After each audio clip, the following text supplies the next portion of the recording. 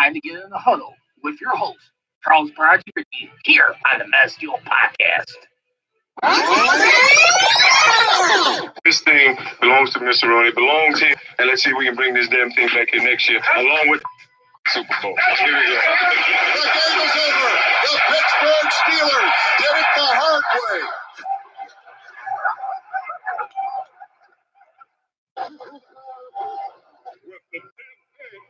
With the 10th pick in the 2019 NFL Draft, the Pittsburgh Steelers select Devin Bush, linebacker, Michigan.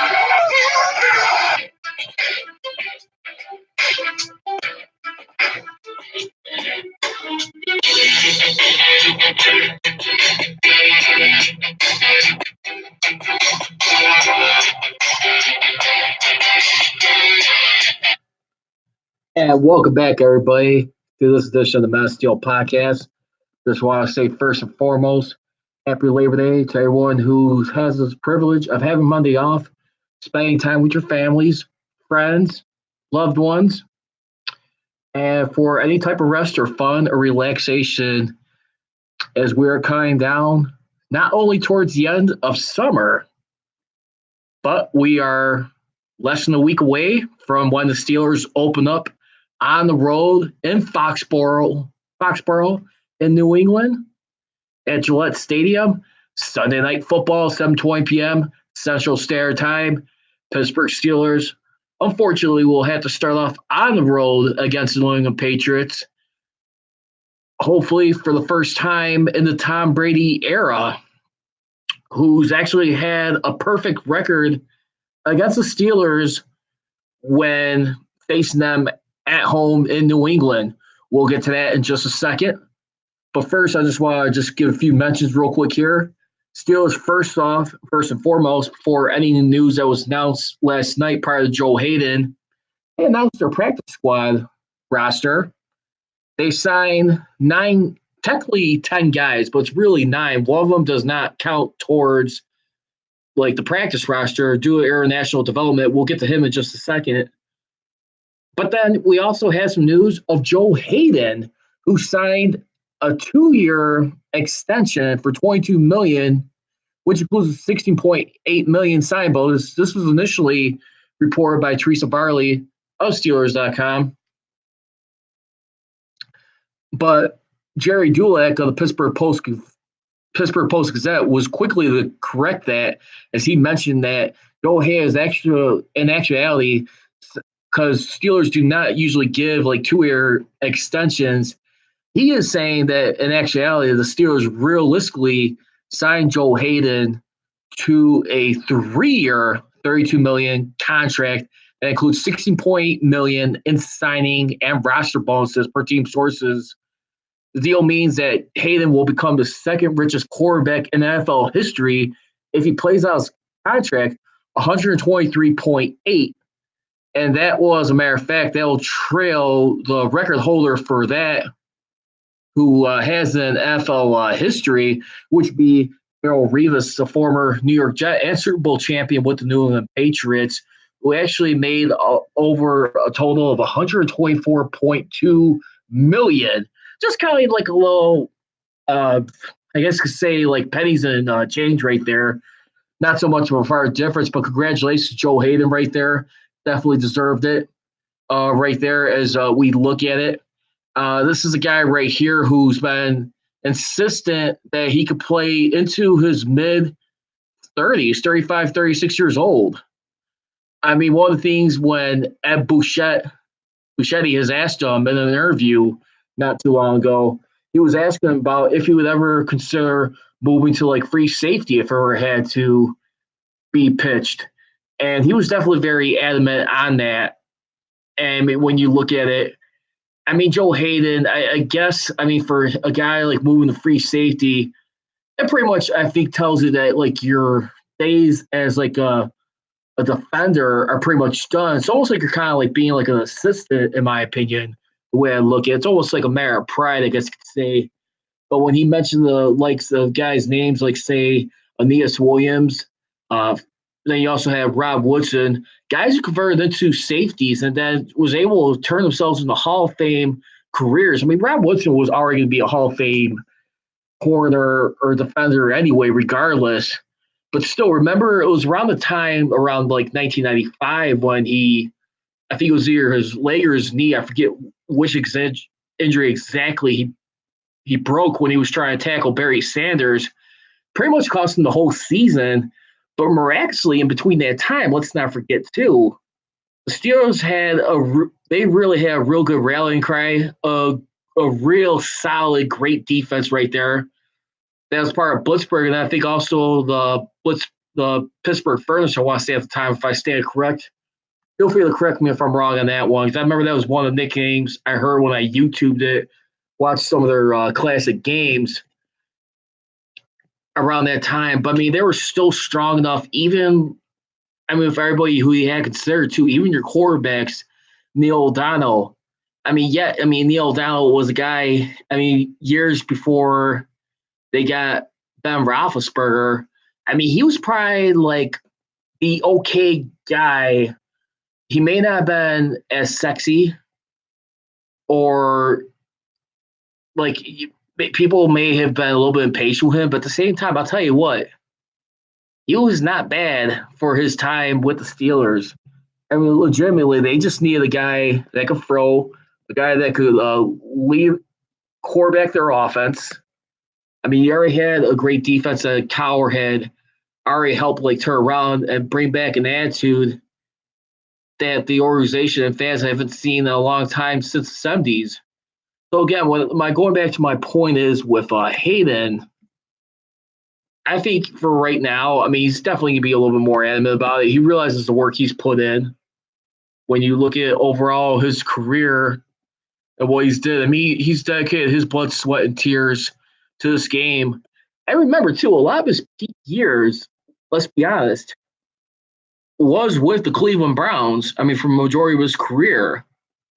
I mean, 2017 with the Steelers, I mean, he still had a good career with the Steelers up to this point, but 2017, let's not forget, he was only able to start 11 out of his 11 games played. And I think he got hurt around the time when they were playing Indianapolis. He had an injury. But when you look at it, too, I mean, overall, like his interception ranks, when you look at it, I mean, last year was definitely a career year. He reminded people of what he was and why he's the shutdown corner that Steelers used to fear playing against, more particular Ben Roethlisberger, you could say. I mean, that was one of the guys definitely wanted to avoid playing on Sundays or primetime games if you ever had a chance. I mean, there was only at least, like within his career, when you look at overall out of his 9 seasons that he played, he had 6 out of his 9 seasons where he was in the top 5 in interceptions. 6 times he was in the top 5 category as far as like leading the team with picks. Those show you right there what he was able to do. He's only returned 1 pick for a touchdown. That was back in 2013. I mean, he's a 2-time Pro Bowler, too, by the way, from 2013 and 2014. Never an All-Pro. But, I mean, Ebuchet was also saying, too, when you look at it, too, like the contract that he got. Because remember, let's recap a little bit here. Going into this, they were also, like, mentioning how when you look at it, too, that they weren't really going to plan on signing any other guys on the team. I mean, you had the likes of guys like Javon Hargrave right now, who is pretty much playing out the last year of his rookie deal with the Steelers, as a matter of fact. And then also, too, I mean, one other guy you also know on there, you already have Bud Dupree, who's pretty much got his 5th-year option picked up. And you look at the other guys right here, but the biggest key that he wanted to mention real quick, too, that maybe will help the Steelers out, and he believes they got the extra money for it. Maybe they can still work something out with a guy like Javon Hargrave. But you got to remember that $16.8 million in signing and roster bonuses. Remember, that's going to get spread out over those 3 years, basically. So basically, that's going to be spread out to around like $5.6 million a year. When you take a look at it. And I mean, when you think about it, I mean, overall, I think that is definitely a key thing to pay attention to when you look at it. I definitely feel like right now where they got the edge here is that they definitely feel like, you know what, this is a guy we still feel confident that can help be a big contributing factor down the stretch, help be a reason why they go to the promised land and have a decent shutdown corner in a guy like Joe Haden. I mean, let's be honest. I mean, this guy right here, I mean, what do Steelers always usually do as their follow-up plan? They're usually like convincing guys to like take money out of their base salary and their roster bonus, and they'll turn it into a signing bonus somehow. And that's usually how a lot of, by doing those factors right there, it turns into a signing bonus. They get the money up front. They're saving money off the cap. The only interesting thing is with a guy like Joe Haden right now, as Ed Bouchetti was saying too, of the Athletic, was that he might get the veteran minimum, and that could help like on the cap and where they could spread a little bit more open money that they could still use on. So I ask you right now, I know it's an exciting signing right now. Glad to see him get his money. Glad to see he'll be sticking around. Pretty much, I'm not going to say necessarily throughout the remainder of his football career. I mean, remember, he's going to be extended for a little bit more time with the organization. I mean, who's to say right now? Because remember, next year he's going to be turning 31. But once he plays out his contract, he'll be 32 years old. He'll be 33 once the contract is expired. Or when you really look at that, that'll be in 2022. He turns 31 next April, as he's 30 years old right now. So the only question is, like what I'm saying is this: do you not believe that Joe Haden is going to finish his career as a Steeler right now? So again, the number to be reached is 312-209-2232. Again, that number is 312-209-2232. Don't get me wrong. I mean, a lot of players, I mean, those sides definitely felt very mutual about this when you go into this thing. I mean, this was definitely something a lot of sides really liked, and they felt a whole lot of confidence that something was going to get worked out. And Joe Haden is just such a great guy. And like, even if like something were to happen to him, he's got like a nice little security blanket of money to go hold on to right now in case something tragic were to happen to him. So at the same time, he's earned it. He's deserved it. And plus, you gotta believe the thought process too that like look at the good traits about him. He's always been helping guys on the come up within his team, as far as like, you know, the younger corners or guys that defend the pass, where it be free safety, but mainly the corners. Never complained. He's always been a team role supporting guy, and that's exactly what the Steelers need right here. I mean, I guess good guys do finish last right here in these situations. It's a beautiful thing. It's a beautiful way to start off the season. And more importantly, like I said, let's see how his health continues to be. Because remember, he was saying that he feels all great right now as far as going into the New England game when you look at it. And I got to really believe that right now, let's get back to like what I was saying earlier about Tom Brady against the Steelers. He is a perfect 4-0 in the regular season, but overall 5-0. Remember, the only time they ever faced him in New England was back in the 2016 season. The same game where they could barely get after him. I mean, they only sacked him 2 times for 10 yards. They could not pick him off. I mean, so they did get to him, but I mean, it was kind of too late, to be honest with you. And the game was already kind of getting out of hand gradually for the Patriots, little by little. They were already like picking them apart at that point in time.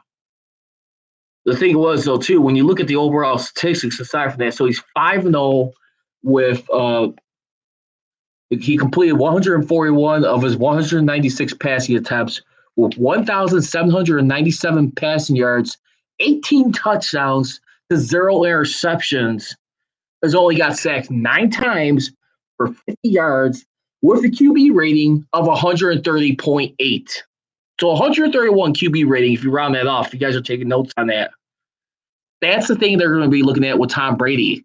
And the funny thing is, too, I mean, the last 2 times when they beat Tom Brady, remember, it wasn't in New England, as we all know. I mean, of course, it was in Pittsburgh. It was a much easier times. When you look at the other side of the coin, when he comes to Heinz Field and he's not at New England, it's a little bit more interesting than you think. He's only 1 game over 500, as surprising as that may sound. He is 4-3 overall, with the 3 losses that he's encountered at Pittsburgh was, of course, Ben Roethlisberger's rookie year, then 2011, and last but not least, last year. So 4-3, he completed 176 of his 259 passing attempts, 1,990 yards with 11 touchdowns to 5 interceptions, got sacked 13 times to 104 yards lost with a 97 QB rating. So, I mean, you look at the odds right there, and of course, like I always said, too, I mean, a place like Boston is definitely well-respected when it comes to their sports town, very intimidating, let's be honest here. And what they always bring to the table as far as like when teams come into a Boston sports townhouse, when you really look at it. Because I'm not going to lie to you, this is definitely going to be something where there had to be all in. A lot of people believe that the Patriots have sold out a little bit. I mean, one of the things, too, that was reported, too, I think their center, I forget what he's going through, but he has like a little bit of something going on with him. But other than that, I mean, that's the only thing. And then he's got like a new lineman on there. So you got to believe right now, I mean, how much that can be a factor. I mean, just the main way they could beat him. And the funny thing is, like I was getting to my point earlier, they didn't necessarily win the turnover ratio when they beat him. There was times where they were at least -1 or -2 in those games. When they beat Brady, they didn't necessarily control not anyone socks off with the turnover ratio, which I find surprising. I mean, at that point in time, when you look at it, I mean, those are still key things to look at. So again, if you want to feel free to be part of this podcast, number to be reached again is 312-209-2232. Again, that's 312-209-2232. You can follow me on Twitter at Prodigy Richey. You can also check me out on my Instagram stream, which is Men of Steel Nation, and of course my YouTube channel, Men of Steel Podcast. Now let's get into some other Steeler news before we get a little bit ways. We are about less than 6 days away from like the Steelers opening up their season in New England. Remember, we also got like less than 3 days away now from like the actual official kickoff of the NFL season right here in Chicago when the Bears open up to host the Green Bay Packers 100th year now in the NFL, but also the 100th anniversary of the Chicago Bears as a franchise. And what's also special about this year, too, before I go into my little soliloquy here, so please excuse me, but 60 years celebrating also the birth of the AFL. I mean, which later on became the AFC for the merger. Think about how important that was. I'm just going to go into this a little bit before we get that back to some more Steelers news. Just think about how important this was. It was really first established in 1959. They didn't have their first season until 1960. And you got to remember, too, I mean, NFL was like the only league in town at that time that was like mainstream. And there were some other football leagues, too, vaguely prior to that. But AFL was the one where you had a group of owners who wanted to invest into an NFL football franchise. I mean, started with Lamar Hunt.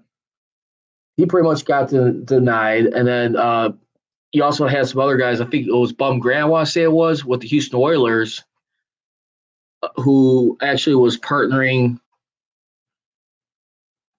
with Hunt and a group of owners right there, when you look at it overall at that time, and you look at it right there at that time, it was definitely really an interesting tale. I mean, right there. I mean, when you look at that time right there, at that point in time, that was Bud Adams, excuse me. So Bud Adams, Lamar Hunt, a lot of these guys were real quick here. I mean, involved too. You even had in there too. I mean, it was just a lot of stuff. I mean, Ralph Wilson right there, one of the founding owners. I mean, Al Davis eventually took over the Raiders. They were definitely snubbed upon as far as like not being on the NFL's level. They wanted to compete. Eventually got themselves a TV deal, which started off in NBC. And one of the biggest things they were fighting over was draft picks. And from college, there was like really hardly any like sustainable system with the draft. And eventually it was costing money. So you had Lamar Hunt and then the owner of the Dallas Cowboys at that point in time, Tex Schramm made a bet with Lamar Hunt agreeing to a merger, and which eventually led to the Super Bowl. So that was like about like 4 years in the work at that point in time. And yeah, I mean, bottom line is the AFL. What I'm trying to say is this: before we get back to our Mass Steel podcast here, it had a lot to do with expanding the competition of the game, opening up the offense, and more importantly, the Super Bowl era right there. So it gave a lot more growth and development and more styles that we all came to, such as one of the things like the 2-point conversion. Remember, that was not utilized in the first 28 Super Bowls at that point in time. It was usually once you score your touchdown, you kick the field goal. It wasn't the very first time until 1994 season in Super Bowl 29, where someone for the San Diego Chargers converted the very first 2-point conversion. So let's get back over here to the Mass Steel podcast. Again, number to be reached is 312-209-2232. Again, that number is 312-209-2232. You can also follow me on Twitter at Prodigy Richey. Check me out on my Instagram page, Men of Steel Nation. Then you can also check me out on my YouTube channel, Men of Steel Podcast. Now, one other piece of news to pass along here with the Steelers at this point in time, when it was happening, you also had to, at that point in time, you had the announcement of the captains that was made this morning, as a matter of fact. It was announced by Teresa Varley of Steelers.com. And this year's captains for the team, which will be happening, it will be Ben Roethlisberger, Cam Hayward, you got Marquise Pouncey, and last but not least, Roosevelt Nix. Those were your captains, real quick, on your offense, defense, and special teams for the season when you look at it. And, of course, as we all know, Ben Roethlisberger, who's actually been the captain of this team multiple times so far, has been 11-time captain. Got Cam Hayward, who's been a 5-time captain since 2015. And, of course, Marquise Pouncey, who's been a 3-time captain, as a matter of fact, and who actually became his first back in 2013. I mean, when you look at it. So, I mean, that was definitely some interesting stuff right there, I feel. I think definitely like right here. I mean, when you look at going into this year and what they need to do, get some stuff corrected here. I mean, he's been. I mean, I just find it kind of like a little funny. Like about a year ago. I mean, correct me if I'm wrong. Was this one of the same guys too who was criticizing Le'Veon Bell over his money, his contract at that time? And it almost seems like a lot of people were frustrated as it was getting down to the season. There was no long-term deals struck. Steelers tried to offer a negotiation, but it backfired. But the rest is history. They're moved on now. Look at what they got in place. I mean, like about a season later. I mean, yeah, they had to bite the bullet, not making the playoffs, but not because of him. But I mean, the way they collapsed down the stretch, that was another thing. But I think the biggest thing right now, when we get back to business here with this ball club, is that this right now finally got the team laid down in point. Right now, some sort of satisfaction. Obviously, you gotta wonder right now. I mean, what's going to take to beat New England and the Patriots at this point, and what kind of game plan they're going to devise right now. I definitely feel like it's definitely come down to Ben Roethlisberger more than likely in anything, where he's going to have to take care of the ball. In my opinion, if you're going to be looking for like a Steelers victory, it has to start with him controlling the ball, not turning it over. And Abu Shetty too was also saying too that they should at least try and keep this within like under 30 points. They're going to survive any hopes of winning this game, and which I think is a very fair assessment. I mean, when you look at it, I mean, right now too. I mean, like I said, I'm looking at this year for the takeaways too. As a matter of fact, as we get a little bit further into this year, I mean, as far as like on the defense, controlling that turnover ratio, like I said, is always going to be the biggest thing that controls, I think, like their destiny more than likely in anything. I just feel like they have to be that when you look at it, uh, you cannot be having what you had last year as a matter of point, where you had a lot as far as like in your takeaways. You cannot have, I mean, 15 takeaways and them being interceptions. I think you have to like at least try and aim up close to 30. And the last time they were at 30, believe it or not, was back in 2015. I mean, other than that, I mean, like Tomlin's overall career, I mean, his average takeaways under Tomlin has been 32. So I wonder what the biggest challenge is going to be for this squad as we look at it and what we think about over here. But yeah, I definitely feel like right now, I mean, they definitely got their work cut out. I mean, that was just for the Super Bowl, so please excuse me right there. But when you look at it, what they need to focus on is just definitely just playing disciplined football and creating more takeaways and just having some accountability, more importantly than anything. And I think we are gonna probably see that. Only time will tell.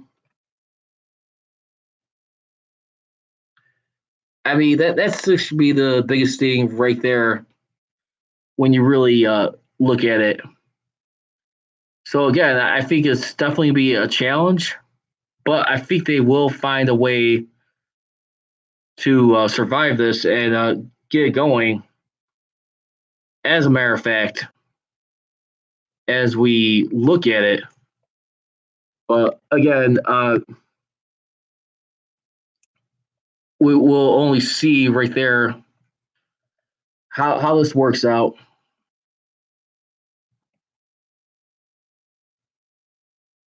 at that point in time and what kind of season that will unfold. But I'm not gonna lie to you, I'm definitely excited for another year of Steeler football here. As a matter of fact, his average takeaways since being head coach has been 23, but making the Super Bowl has been about 32. So let's find out. Let's stay tuned here. I'll be back throughout the week. My next podcast, of course, will be Wednesday.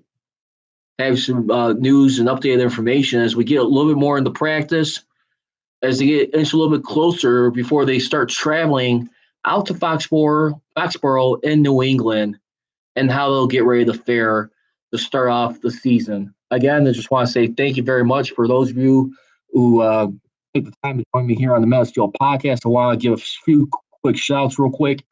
Ryan Beers, thank you very much for liking the page. Rodrigo Caballero, if I hope I'm saying that correctly. Thank you very much. And Inez Rumas for liking the live stream post here on the Metal Steel podcast page. Again, you can always reach me at 312-209-2232. Again, that's 312-209-2232. As always, leave you. Don't be trolling, be rolling. Here we go, Steelers. Here we go. And one last thing before I close out. I just want to take this time to wish my very special sis and amazing friend, as always, family, who I've known from beginning to now and to end. I want to say a big happy birthday shout out to my sister, Charlene Williams. I hope you're having a great one, sis. Love you. And once again, happy belated birthday to